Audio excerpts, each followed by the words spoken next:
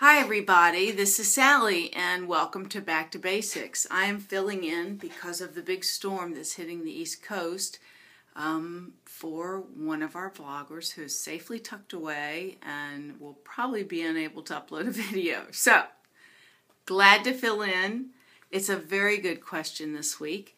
And in case you don't know me, my YouTube name is Cabernet Queen and I've been around 3 years this November, actually in another less than a week. It'll be my third year anniversary of the date of my weight loss surgery, RNY. I am 55, just turned 55. I lost 120 pounds in total and have maintained that loss for 3 years. I had, did I mention that? Gastric bypass, yes. I am mostly a vegetarian. I guess you call me a flexitarian for those that don't know me.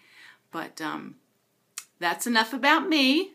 Let's get on to the question. The question of the week is tough times and plateaus.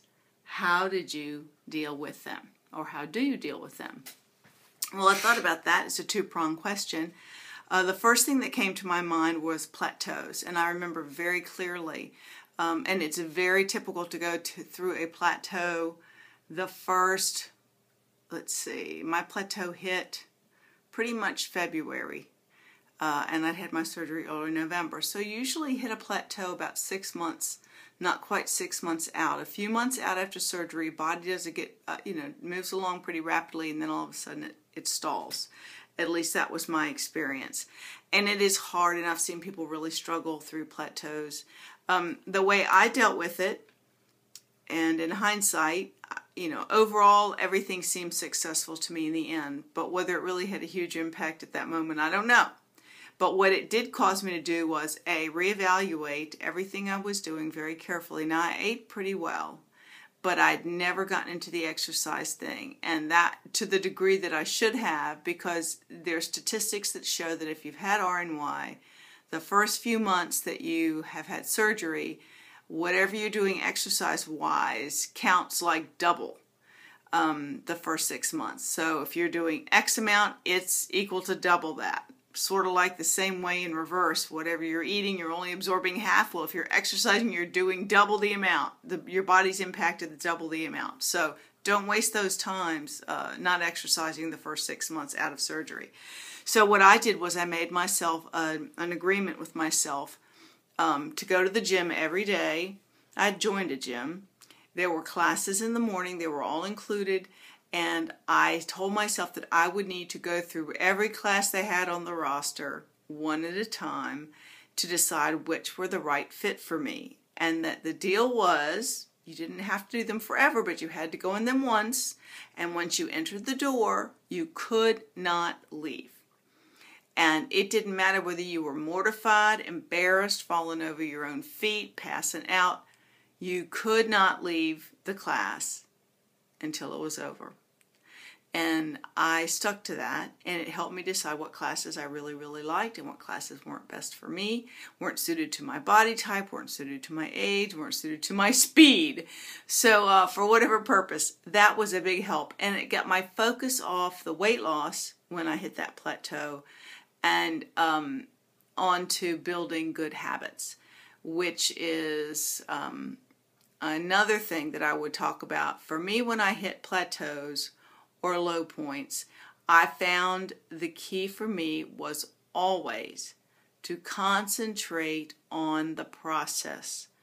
All about process. And I found my whole journey was about process. It wasn't about result, although everybody wants result. I want a result.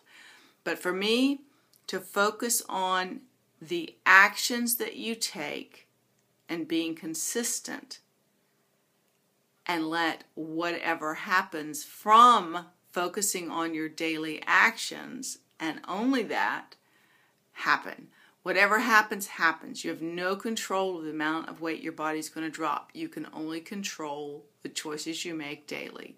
What goes in your mouth and what activity you do. And being able to focus my mind on that level of building better habits for life I took the long-term view and not the short-term scale-fixated view. Now, granted, we all go through that. We all frustrate ourselves. We don't know why the scale's not moving, but you know what? It is what it is, and it's that way for everybody, and it's just part of the package that we get when we sign on. It's better than not signing on at all. In the end, the results do come. It took maybe 10 months for me to lose 120 pounds, which seems not a long time, but it averages out to about 2 pounds a month, and that's what my body decided to do. And it's okay, because in the end, I've kept it off, and because I spent time building habits. Okay. The next part of the question was really, the two-pronged approach was tough times. And then I wondered what that really meant. How would you define tough times? And I thought about, what was the toughest time? What was the toughest time? Was it when I had kidney stones? Well, you know what? You have kidney stones. It hurt. You had some pain. You went and you had a thing done. You had to have a stent in your kidney for like 3 months, which was a real pain in the butt because I didn't feel like I could move as well or walk as well. That was really got old. That was kind of a downtime. I made it through by just doing what I do, one foot in front of the other. That was short-lived. It was over. I would put that right in the pile with after I lost weight and having had some plastic surgery and the downtime you have in recuperation. That is a downtime. It's down emotionally. It's hard to not, you're worried about losing your momentum. But you know what? You get over it and you move on. You pull up your big girl panties and you move on.